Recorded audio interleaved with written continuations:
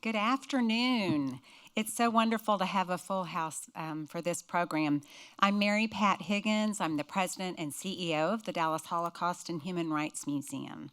Thank you all for joining us to hear from the best-selling author, Jennifer Nielsen. Today's program is presented in conjunction with the Candy Brown Holocaust and Human Rights Educator Series, and I'd like to give a special thank you to the generous sponsors of that series, Candy and Ike Brown. I'd also like to give a warm welcome to the educators in attendance today. Wave your hands if you're here as part of that conference. Wonderful. Thank you all so much for taking time out of your summer for being here. Thank you for what you do to teach our future leaders. We're very grateful.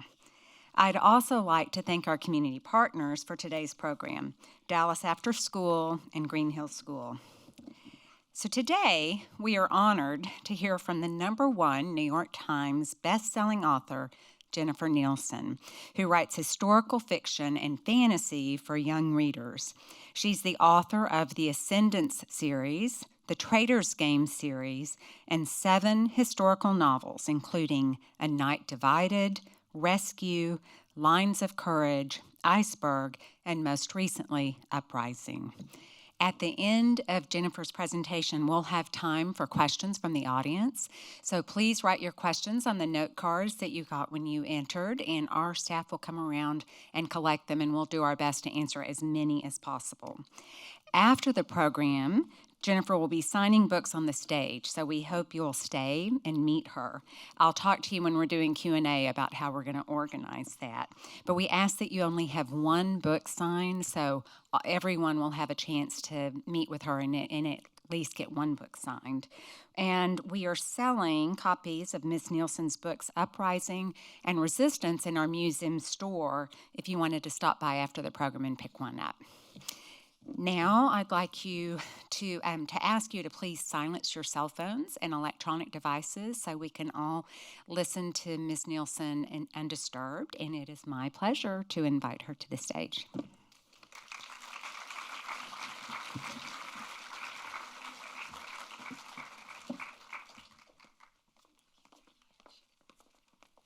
Hello.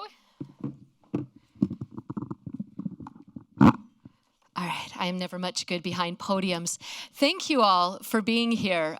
For whatever reason that you are here, it means so very much to me. I appreciate it. Right here, these are behind me. These are some of the books that I have written. But I want to start actually by telling you about this couple, Hans and Marguerite Reyerbach.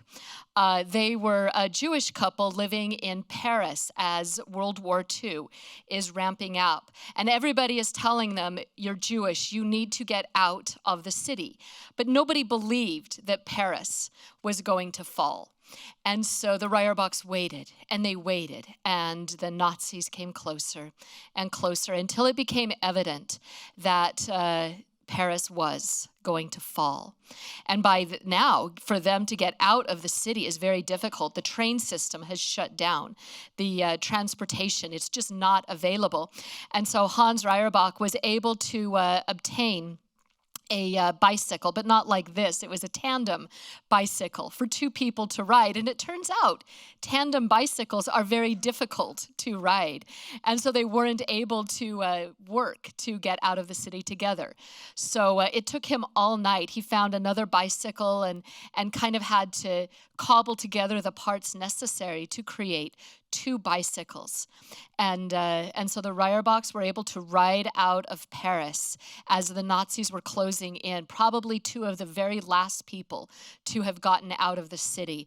And because their exit was so quickly, all they could really take with them is maybe just a change of clothing, and there were some drawings they had and just a few very minor items, and they left the city, bicycling hundreds of miles to the nearest port, where they were likely 2 of the very last people to get on the very last boat leaving France and headed to the United States.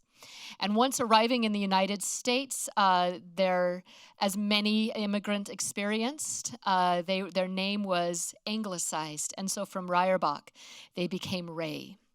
and Hans and Marguerite Ray, as this world was descending into war and all of this fear, they wanted to give back something to the world. And they wanted to give color and light to the world. And so these drawings that they had escaped Paris with, they used that to create Curious George. And Curious George, when I was young, this was my book. I adored this book. I suspect many of you did as well. So this is 5-year-old me. And 5-year-old me, you could tell clearly my mom was dressing me. And she was dressing me in the 70s because that was high fashion. But when I was 5 years old, there were two things. Okay, obviously, despite the dress, I was adorable. And the second thing is that I was kind of a demon child. And I'll show you how this worked. So my brother was going to go to kindergarten a year ahead of me because it turns out he's a year older. I didn't think this was fair because he didn't want to go to kindergarten and they were making him go.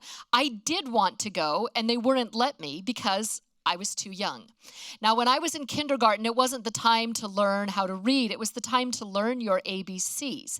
But as my brother would come home each day from school to do his homework, I would also sit at the kitchen table and do his homework. So as my brother was slowly learning to read, I was slowly learning to read, which meant by the first day of kindergarten, I could read. And I went to my teacher, Mrs. Thompson, on the very first day with my Curious George book and the best possible news, which is, Mrs. Thompson, I can read. Now, we have a lot of teachers in our audience. Teachers, when a student comes to you and says, I can read, there's a teacher reaction, right? I'm so proud of you. This is awesome. This is wonderful. Mrs. Thompson, my teacher, said, uh-oh. And I thought, I think I just said something pretty good. What is uh-oh? And she said, I don't want you to read this year. I don't want you to read wrong. And I thought, what is reading wrong? I know that book. I know what that story says. How am I reading it wrong? And she said, this year, don't look at the words. I only want you to look at the pictures. So 5-year-old me, normally adorable, became a demon child. I decided to do the worst thing any kindergartner could possibly do, disobey my teacher. Yeah, I would sit in circle time on my circle rug with my book. I would pretend to look at the pictures, but really, I was secretly reading every word on that page. And I was like, take that, Mrs. Thompson. I'm a reader. I bet you hate that, right? And it was the biggest rebellion that I could possibly imagine, which is why the discovery of this photo was so critical to me. And I know you're like, those literally have nothing to do with each other. But when I discovered this, I thought, I bet the two people there, I don't think they're friends. So who's the good guy? Who's the bad guy? And I figured that guy on his knees was probably the good guy. But then I saw in a caption below the picture where it said that he was a smuggler. Well, that is illegal activity. And I thought, well, then he must be the bad guy. But see, I'm a curious person by nature, and I thought, well, wait a minute, what is he smuggling? And before I tell you, I'll tell you where he was from. In the late 1800s, this man was from the country of Lithuania. But at the time, Lithuania was controlled by the Russian Empire, and so they wanted to be their own free country, but it's a small country with a huge empire. And so Lithuania, every generation they'd do an uprising. Every uprising was crushed. And finally, the king, the Tsar of Russia, says, we are tired of crushing little uprisings. Let's crush the country. The whole idea, well, how do we destroy that? We destroy their culture. And how do we destroy culture? We destroy books. Every Lithuanian language book in the country was burned or made illegal. This man was a book smuggler. He would go into the gray area of his country, get books published in his language, then smuggle them back into Lithuania. This was an incredibly dangerous job. If you were caught, and many book smugglers were, you would get a one-way ticket to Siberia, that is a prison of ice and snow, and there was no returning from it. Words on Fire is the story of the Lithuanian book smugglers, but it's also the story of 5-year-old me fighting for the right to read her Curious George book. But it's not only that fight, because this is a fight we have seen over and over again. This is May 10th, 1933, the year that the Nazis began burning books in Germany. And the participation was largely driven, of all people, by the college students, which is astounding to me, of any group that should be devoted to preserving education and literature and knowledge. They were the ones throwing the books onto the pile. Joseph Goebbels, their leader of a lot of the messaging that went out from the Nazis, he called it the end of Jewish intellectualism, which is absurd on face.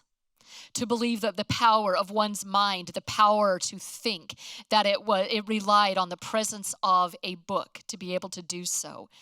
The book is not the end of the Jewish intellectualism. The book is the evidence of it.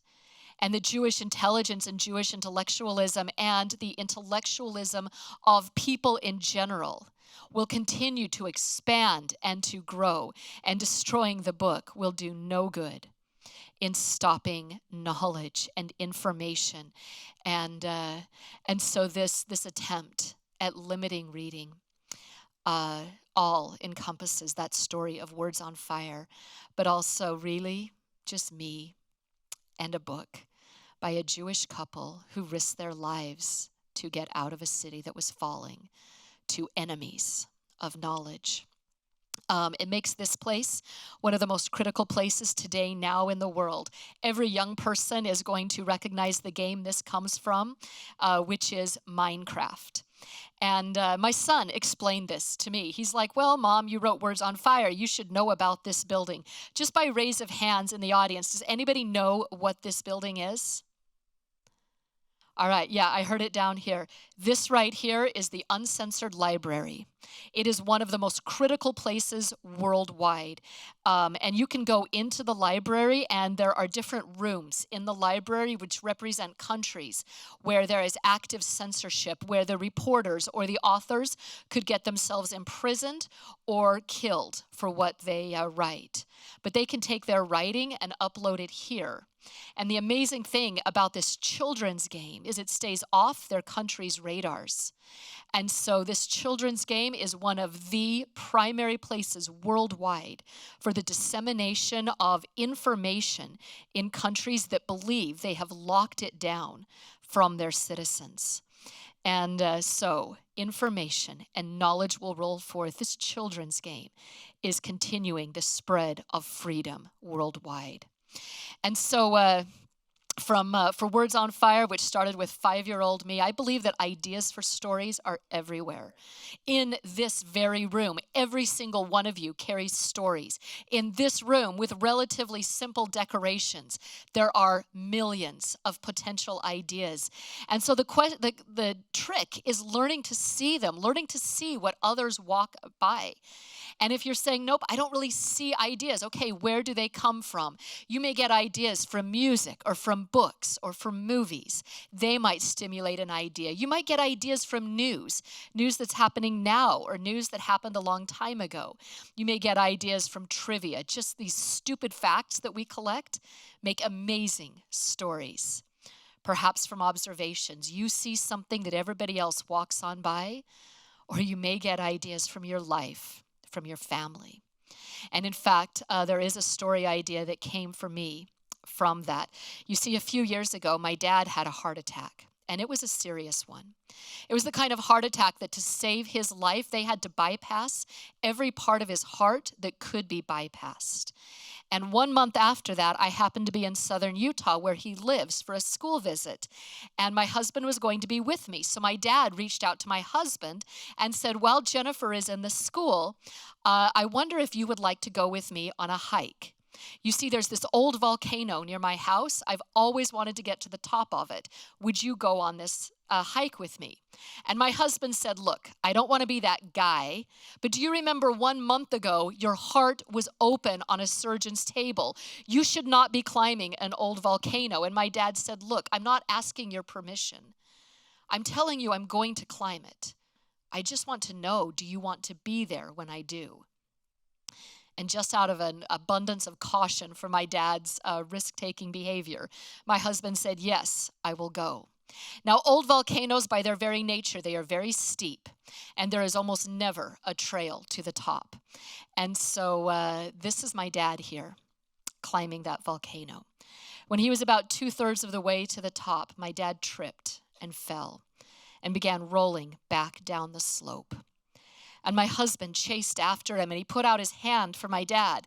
And he said, look, take my hand. I will help you back to the car. Everything will be fine.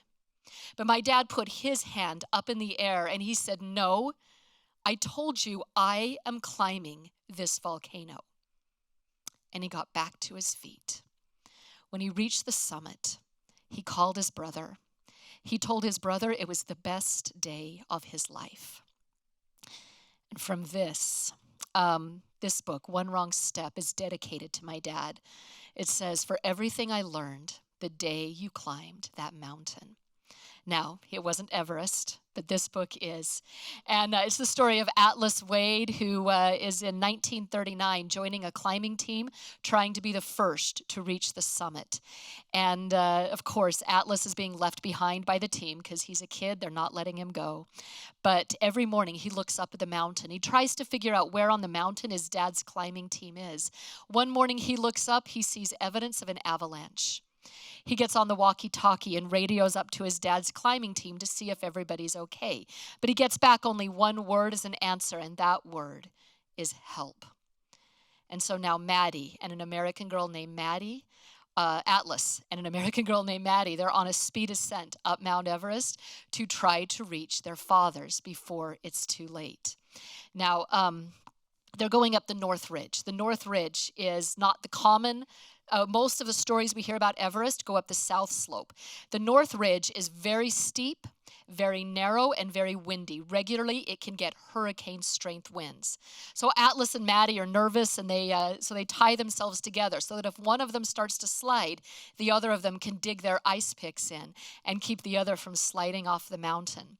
They get just shy of Camp 5 when Atlas is like, okay, we made it. And he breathes a sigh of relief just as a gust of wind grabs him and carries him over a cliff.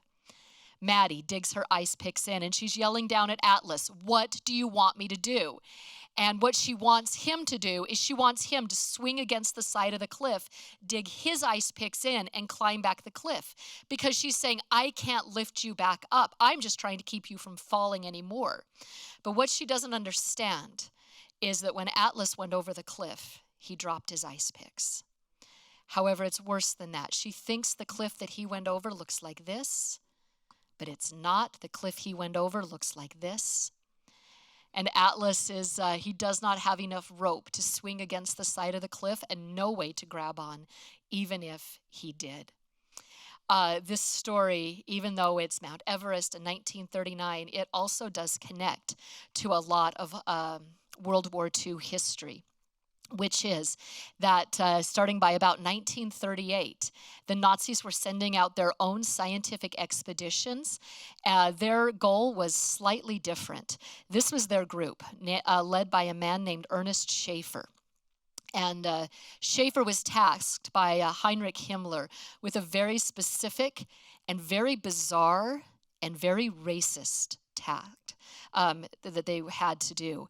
Himmler was searching for the lost city of Atlantis, which does not exist and has never existed.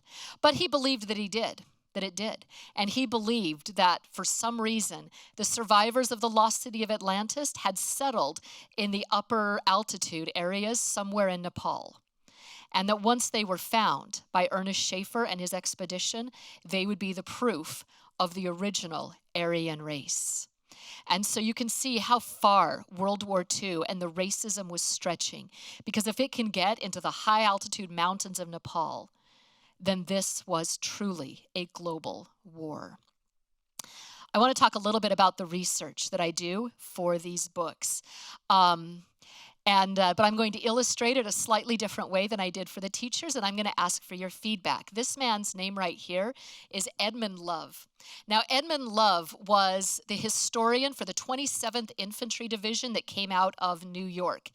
And so after the war, he wrote some books about the history of what this division had done. But he was also a novelist. And so he wrote another book that was just this cheap paperback book called War is a Private Affair. And this book was just a series of short stories that he found kind of humorous during the war. However, one of the stories has captured my attention. I have been researching it for years. I will continue for years until I am finished with the information gathering for this story. It involves this soldier here, William Holowiak. Now, William Holowiak, when the war broke out, he had to get into the war. He had grown up on the streets of New York City, and if he didn't get into the army, he was going to be arrested because William was also a thief. But he was too young for the war. So he had to fake his birth certificate and lie his way into the army.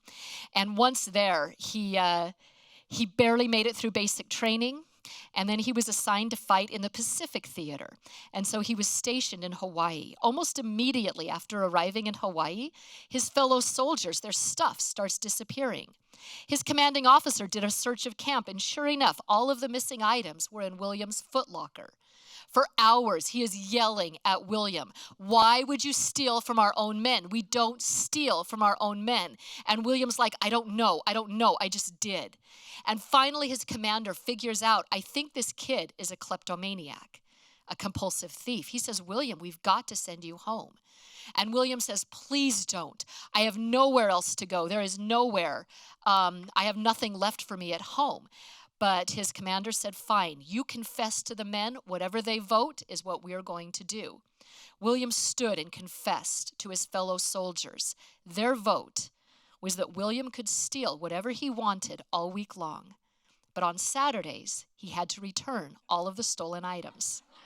And this is how war began for William. But once he made it into the war, he became a war hero. And that's when his story begins to fascinate me. So in my research, this is his National Guard enlistment card. These are primary sources. They mean so much to me. For example, in here, I can see his address. I can see his serial number, I can see his birth date, and where he was enlisted, first with the National Guard. And so the day that he transferred out of the National Guard, it was to go into regular Army service. And so I want you to pay attention to this card because it will be significant. This is his Army enlistment. So the day he left the National Guard, he gets this card. There are significant bits of details on here for me. One of them matching the serial number to make sure I am still talking about the same soldier. The serial number always has information encoded within it. That first 2 means he started in the National Guard. That 2 right there means he enlisted in New York, and these are significant. Other bits of information too. So here's William. Once in battle, he became an absolute war hero, probably because he was a thief. William would go through every battle twice, the first time to win it, and the second time to steal all the stuff that was left over. And so the Army thought that was fantastic. But when he came home, back to New York, he came home to some younger siblings, one of them his brother, Metro, the youngest of his brothers. Now, this is a terrible picture of Metro because there were no good pictures of Metro, because Metro never did anything of much importance. He never married or had a family. He never had a career of any note and never did any real accomplishment in life. And here's his big brother, this absolute war hero. By the end of the war, the Army loved William Holowiak. They took this photo of him. These are things he had stolen from off the battlefield. He was literally trying to mail home to himself back in New York. And so the Army just thought that was great. But my question for all of you is, which brother is in that center photo? And I know what you're going to think. It's got to be Metro, because why would I have asked unless it is? But the truth is, we can't really know for sure, can we? because it's not that great of a photo. He's not looking directly at the camera. He's wearing his helmet. He's kind of looking off the screen a little bit. And so we couldn't actually be sure. For me, as a researcher and as a historian, that is not nearly good enough. I went to the next best option. This is where I'll need your help. I went to signatures. Right here. I know these are William's signatures. The larger one was on his draft card. The two smaller ones are on his marriage license. I know William signed those. Up here, the green arrow. I know that is Metro's signature because that's on his draft card. But when Edmund Love wrote up the story, War is a Private Affair, he needed permission from William Holowiak to print the story in that short story paperback book. He invited the William he knew to sign here. Now as you study it, which brother signed by that purple arrow? Those of you who are saying so, why? What do you see? Just hit teachers, I know we can do that part, right? All right, right here in the center. Who do you let's talk about that H. If you look at William's signature, where does he start his H's every single time? Right there at the middle. Where does Metro start his H's? At the line. Exactly. Any other thoughts as to who signed this? I'm sorry, over here, yeah.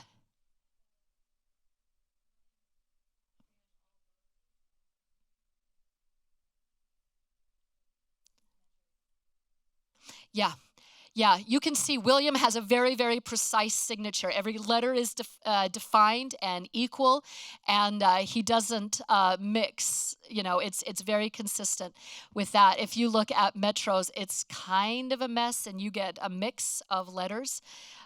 This, kind of a mess. Any other thoughts? Yeah.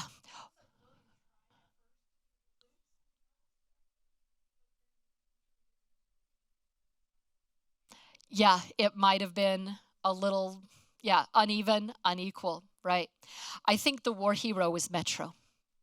But is this enough for definite? Can I be positive yet?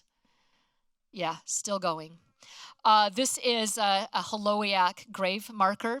And the reason is because of one thing Edmund Love wrote into that short story book. He wrote, his only living relative was a wrinkled, toothless woman he called his aunt. I'm like, who's that aunt? And so I found this grave site for Paraska Holowiak. And right there I thought, is that his aunt?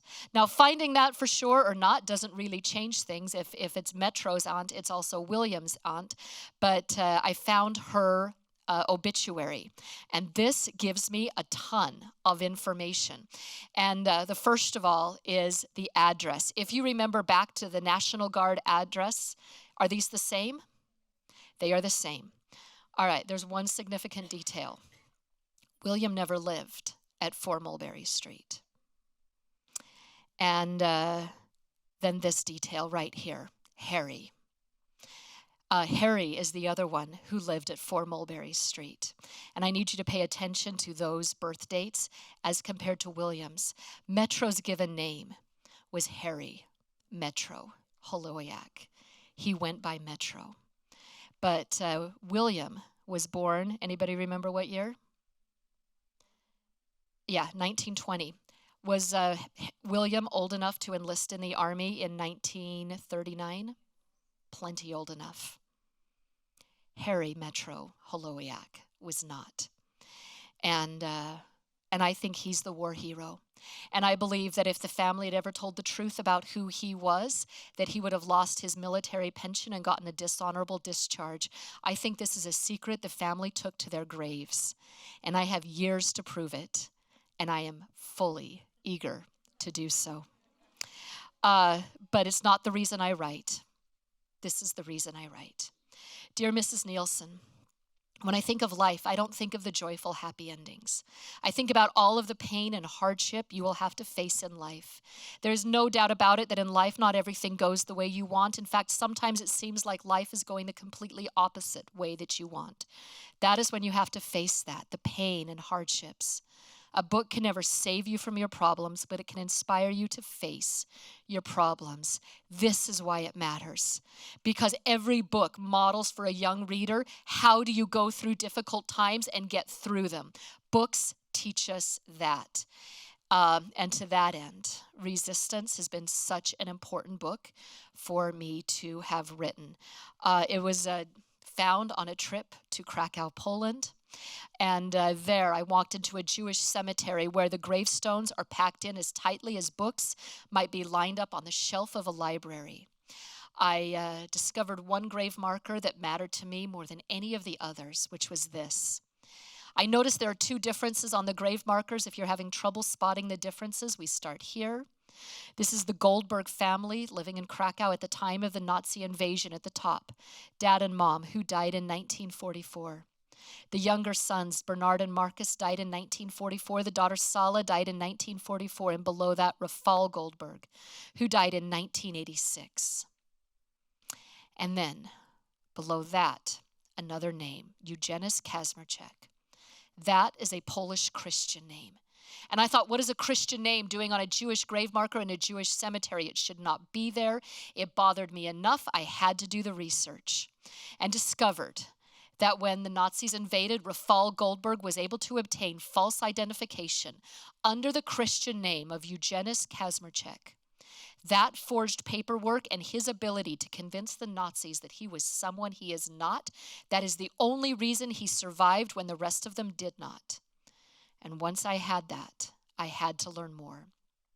It started with the information that on September 1st, 1939, the Nazis crossed the border into Poland in the invasion. They called it a blitzkrieg, that is a lightning war, and they moved like lightning on the ground, in the air, flattening everything as they move across this country.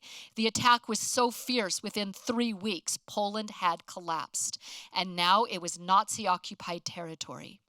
Once they had it, they said the new capital is going to be Krakow. But at the time, 1 in every 4 people living there was Jewish, and the Nazis did not like that. So they took a neighborhood of Krakow. They said, if you're Jewish, you must live in the boundaries of this neighborhood. Then they built tall walls around it in the shape of Jewish gravestones. That was not an accident. And they sealed it shut. The problem they had is that they made this ghetto too small. It was only large enough for about 15,000 Jews. That meant 45,000 would be sent out of the city. So who are they sending away? Not the parents. There were jobs in the ghettos and the parents needed them, and not the children who needed to be with their parents. But there was one demographic they figured they could send away, and that was their teenagers. Kids who had never been on their own in their lives. They had no idea where to go. But gradually they remembered the Drangers. Before the war, the Drangers had been like their scout leaders. They had a farm outside Krakow, and one by one, these teenagers would show up and ask to stay. And every time, the Drangers would say, yes, of course you can. Now, he is 21 years old. He's a newspaper editor. She is 20 and a housewife.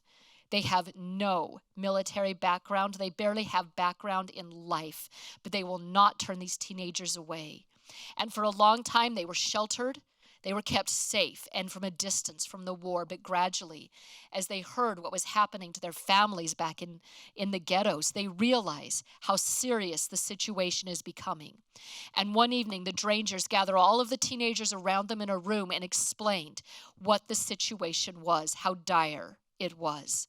And they said to the teenagers, look, the time has come to make a choice. And know this, there's no good choice.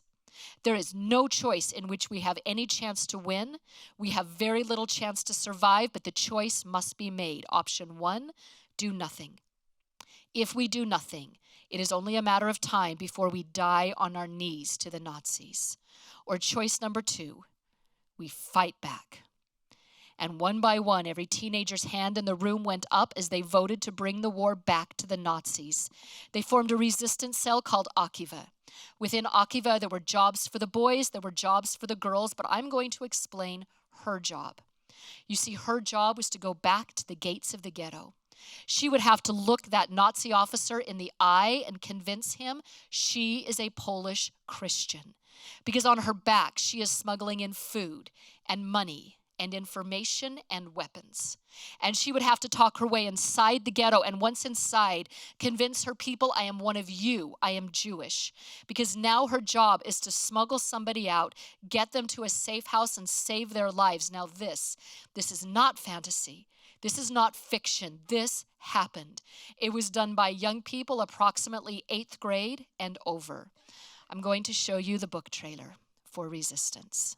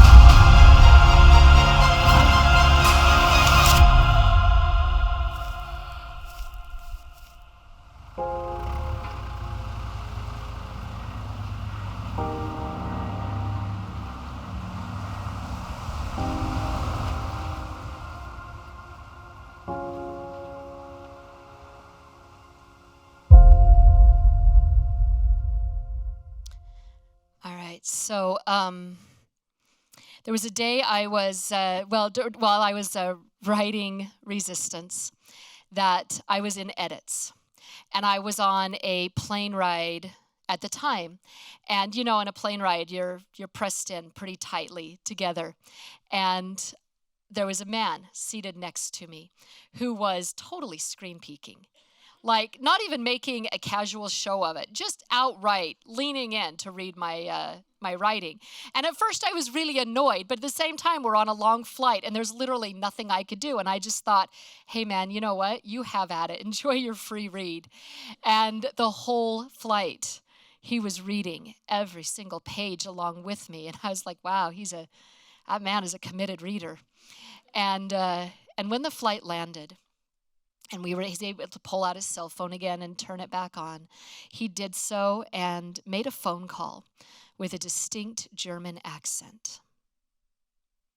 And I realized he was reading a very different story than what I was writing, because he was reading a story that in some way was his history too, and yet from a very different perspective.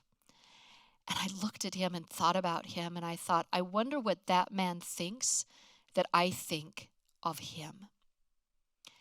And that man had nothing to do with what happened during this time. And so I wanted to write a story that addressed that question of, could you have been surrounded by all of that insanity, surrounded by all of that evil, and held on to your soul? And that question became one of the founding questions I wanted to answer for Rescue. And Rescue is it's a girl, Meg Kenyon, who wishes to she has a chance to rescue her father from a German prisoner of war camp, but the way to do it requires her to solve a secret message that has come in from her father, and they've brought it to her because that's the thing she and her dad do together, is solve these messages. And so it's about all of these secret codes, but really it was my way of addressing this question, because one of my great fears in society today is that we judge people by the group they are in. Right? We say, oh, that's your political party. Well, then you must be really, really great and wonderful and noble, or you are evil and must be destroyed, right? Or we judge people by where they are from. Oh, you're from there? Well, you're probably wonderful and smart and good. Oh, you're from there? You're probably, uneducated and stupid. And that we just define each other by our groups so often. And see, there's such a danger in that. That was how the Nazis were able to get so much power, was to define the Jewish people as a clump of just one definition. which is so dehumanizing and thus so dangerous. And so part of it is to ask the question of, could you hold on to your souls and stand up for what is right? This code, by the way, is one of the most famous codes in history. It was sent on D-Day, but the pigeon carrying it got trapped in a chimney. And this code was only found relatively recently, but has never been solved. If you were able to solve this code, it would mean instant fame because people all over the world have tried. But it's also my warning that we treat each other as individuals and that we look each other in the eye and we judge them for who they are, not for some group and not in generalities. And that most of all, that we stand up for what we know to be right. And we are willing to stand up and to stand out and to stand for the things that we believe, regardless of what may come. These are some of the books that I have written, but I would love to take the opportunity to answer questions that you may have as they are coming forward. Thank you again for being here, for caring about the history that is embedded here in this museum and caring about history at all. It is a marvelous thing to know our history, to repeat what was great, and to fix the mistakes of the past. Thank you.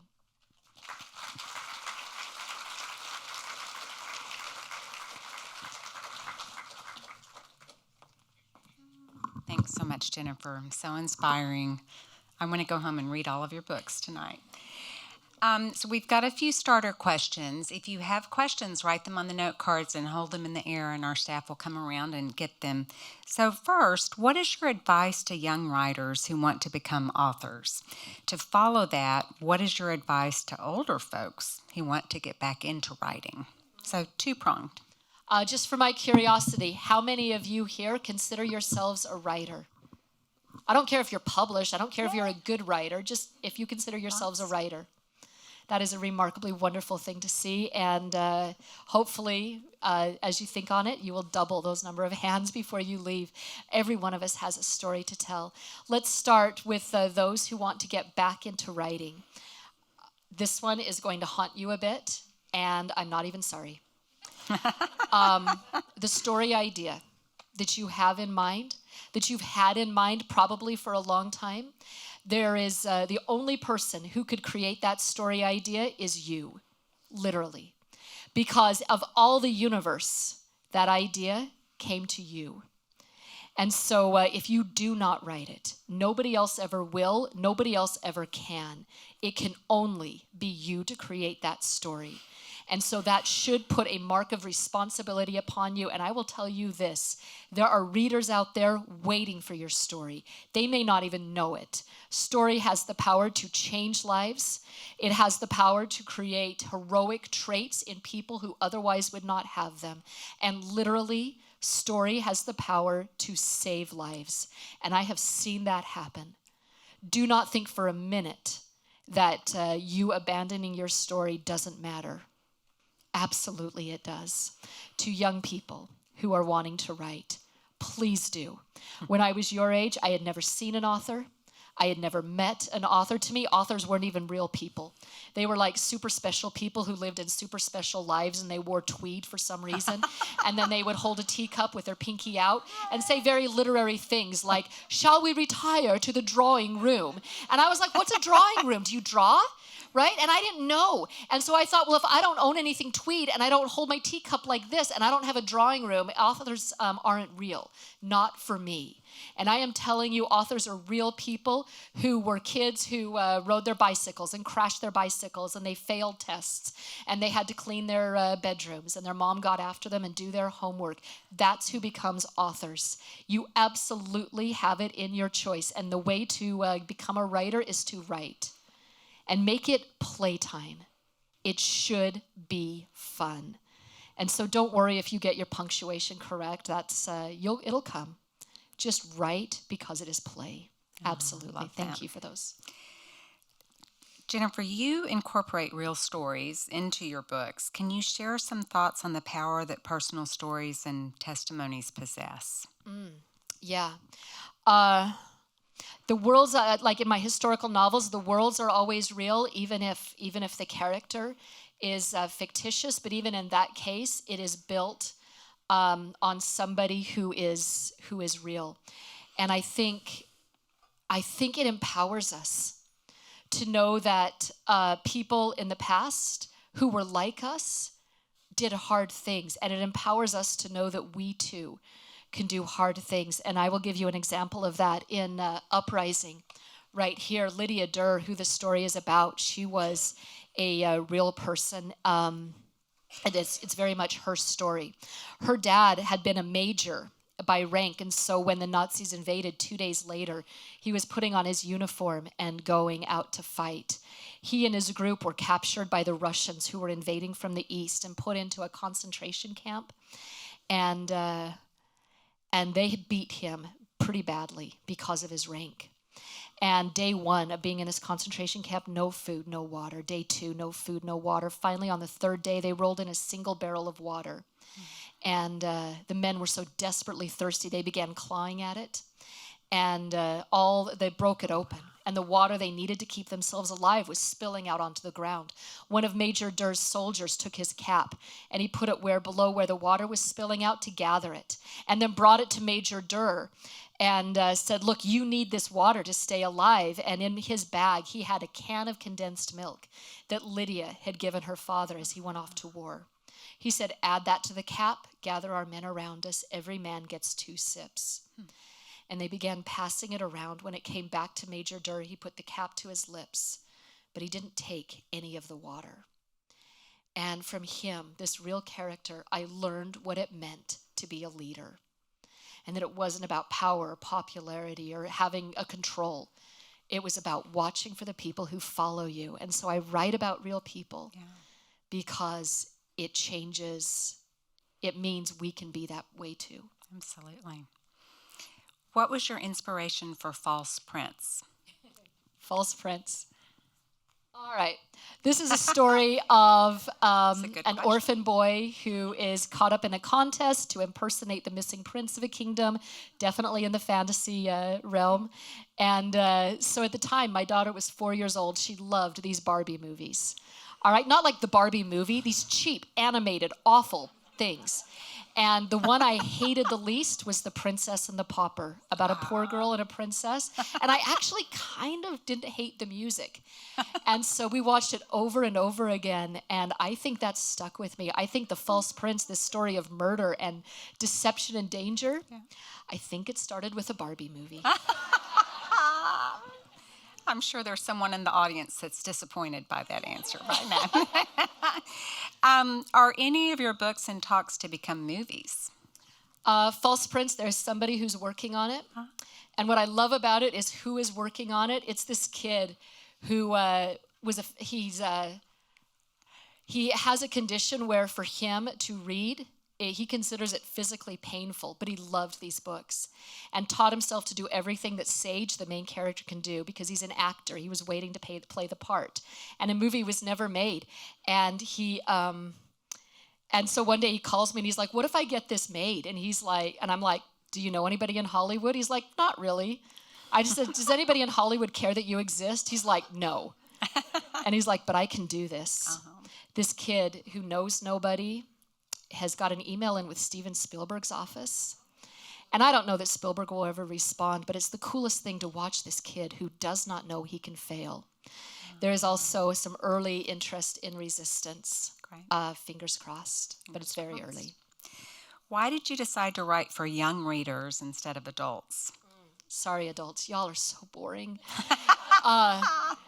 Writing for kids is the best because young people still have hope.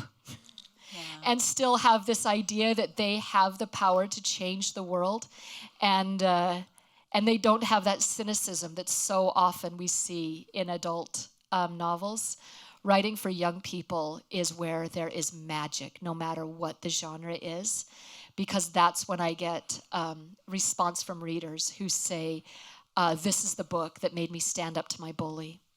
This is the book that made me stop fighting with my mom. This is the book that changed my life. And so I will I love writing for young people. Powerful stuff. So Incredibly. you don't see yourself ever writing for adults? The Holocaust story, if I write that, that's got to be for adults. And that's great because it's not boring at all, and neither are any of you. Thank you. But I will. That one will have to be for adults, Yeah. for sure. All right, here's a potential writer asking this question. I'm wanting to write about a major medical emergency I'm recovering from, but I feel like gathering and organizing the pieces of the story is like trying to contain water from a fire hose. How do you go about organizing your books, and what is your advice? Okay, the first thing I'm going to say is whoever wrote that card, obviously you are a writer. That card itself. This is my recommendation. Go to get index cards, right? And if you want to be very fancy, get the ones with the colors on it, but it really doesn't matter. And then just write every idea you have on those index cards. Just whatever it is. So just scattershot your ideas, get them on the cards, and then take all the cards, spread them out on your table, the biggest table you have, because you'll have a lot of them, and then just start to move the cards around in whatever sense that it works for you. And as you go, you will, as you start writing, you'll continue to move those cards around because you're going to get new ideas and new ways to control it. But the great thing is you get a new idea, add a card. And if you've got a card that doesn't seem to fit, just pull it. And then when you go to write, you don't have to write all of those cards. Pick up 2 or 3 and say, today I'm just going to write 2 or 3. And it will remove the feeling of being overwhelmed because you're only doing 2 or 3 cards that day. And obviously, because of that way you wrote that note, 100% you should be writing. Great advice. Do you have a favorite book that you've written? Can you choose one, baby? One baby. Yeah. Here's the way I think about it. What if my favorite book is something I wrote 3 years ago, right? What if it was that? Then the book I wrote 2 years ago, I'd be like, eh. And the book I wrote 1 year ago, eh. And what I'm writing now, I wouldn't love because it's not what I wrote 3 years ago. How sad would that be if I'm constantly having to look backward and say, that's my best? My favorite book always is my next. I think the best stories I will ever tell are still ahead of me. And so it's always my next book. Teachers, it's the same way. What's the best year you ever taught? My next one. Yeah. Do you have a favorite book that someone else has written? Yeah, The Outsiders by S.E. Hinton. Yes, I know, right? And why is because she was the first author who didn't seem to me like somebody who wore tweed and had a teacup. She was a teenage girl from Oklahoma. And I thought, if she can write, I can write. She's the person who made writing real for me. And I loved the book. Can you share any info on the subject of your next book? Yeah, the next one is the 1906 San Francisco earthquake, and called Magnitude. And it's the earthquake is 47 seconds long. That's a really short book. But you remember all of the headlines about all the fires that broke out in the LA area not so long ago. That is history repeating itself. San Francisco burned, and for many of the same reasons. But it was even nuttier than that. On only hours after the earthquake, the mayor issued a shoot-to-kill order if you were caught looting. And then because he needed so many officers, he would just empower regular people like, hey, you're an officer, empowered to kill people for stealing with no training whatsoever. The officers became the people who were doing most of the stealing. And then you had a general who took over the city who was trying to blow up buildings to create a fire line. And so he diverted all of the passenger ships away so that he could bring in more explosives, operated by people who didn't know how to use them. He started more fires than he was putting out. And so San Francisco in 1906 became an amazing dystopic world. And so I'm going to write about that. It'll come out next March. Oh, and this fall, The Free State of Jax, which is a kid who puts a raft out on a hot springs lake of the neighboring place to get away from his horrible aunt and uncle. And he raises a flag. He declares it his own micronation, the Free State of Jax. The problem is that hot springs lake is owned by a man. Everybody knows he killed his brother once. But if Jax, this kid, leaves, It's no longer a micronation, so he cannot stay and he cannot leave. Ultimately, it's a laugh out loud story, but it's about, as a kid, do you have the right to be seen and do you have the right to be heard? So that's this fall. Great. How did each of your historical fiction books get their titles? How do you choose them? Fortunately, I have this great editor who's wonderful with titles because I am awful with them. Some of them I came up with, Lines of Courage, I came up with, she came up with Rescue, I came up with Resistance, but I'm going to tell you Words on Fire because this is so bad. The original title for it was The Book Smuggler because they're book smugglers. And my editor's like, that's too much like The Book Thief. And I'm like, great, I hope people get them confused and accidentally buy my book. And she's like, no, you have to change the title. And this is where it gets super embarrassing. So I was like, okay, well, they called each other the Carriers. You were a carrier. And I'm like, let's call it the Carrier. And my editor's like, what is the matter with you? Like, if you have a communicable disease, you are a carrier. And she's like, nobody will pick up your book. They're going to think they're going to get some disease if they even look at your book. And she's like, that's the worst. And I'm like, yeah, I about killed my career right there. And so she came up with a title. But for young writers, this is good news. It means as writers, you don't have to be good at every part of writing. Right. Be good at what you're good at. And there will be people to help you for what you're not good at. Do you ever get nervous in the writing process? And if you do, how do you shake your nerves?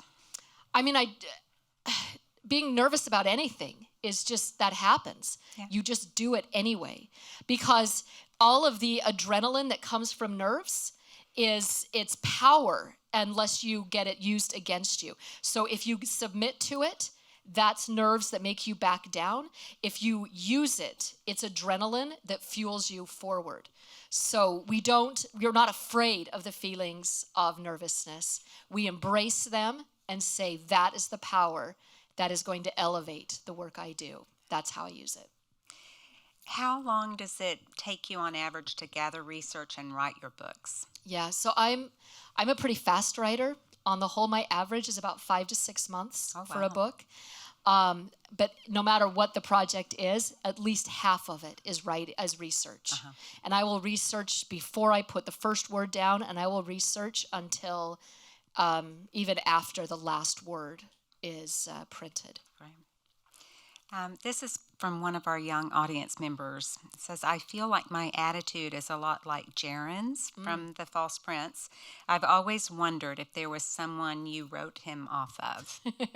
First of all, your poor mother, if that is true. He's such a punk. He's our punk, but he's a punk. Yeah, so there's a couple of influences, but I'll tell you one, and this should give you an idea. So Jaren, part of his backstory is he's a thief.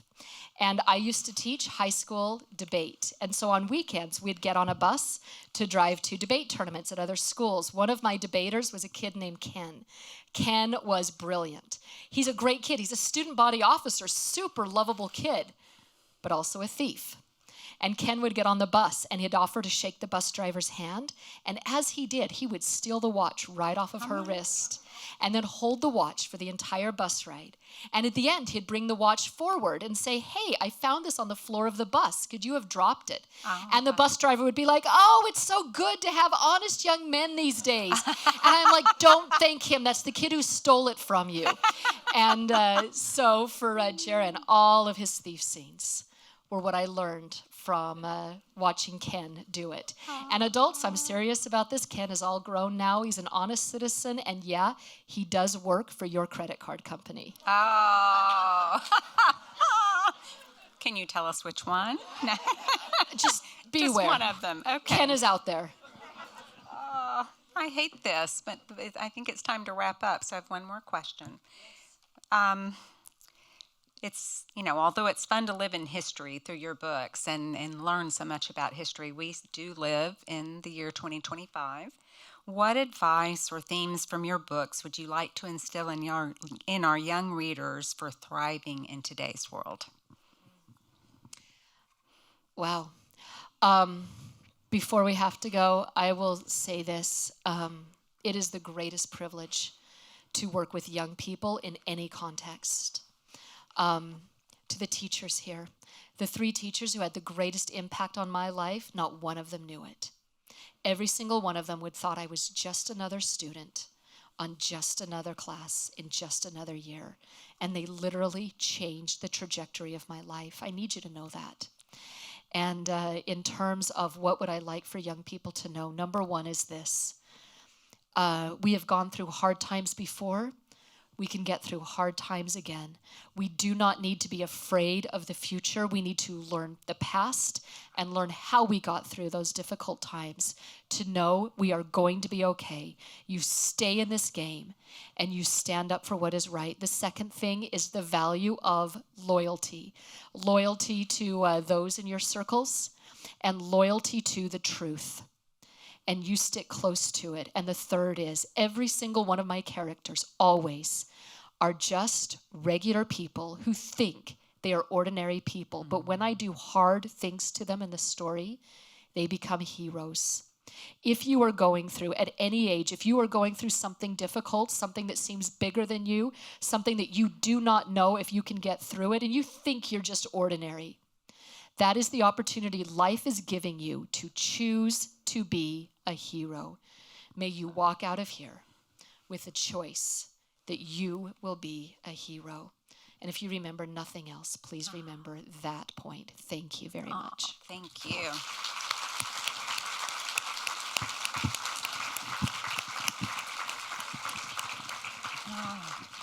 So inspiring. Words for all of us to live by. So let's get to the book signing. As our team is getting ready with the setup, I want to remind you all to form a line on this ramp. So if you are teachers or you're not going to have a book signed, if you will exit to your right, my left, and if you'd like to have your book signed, if you would come on the ramp, and we'll start with this first row from the upper level. So if you would come on and start lining up on the ramp, then we will get Jennifer set up so she can sign your books. Thank you all so much for being here. Read, read, read.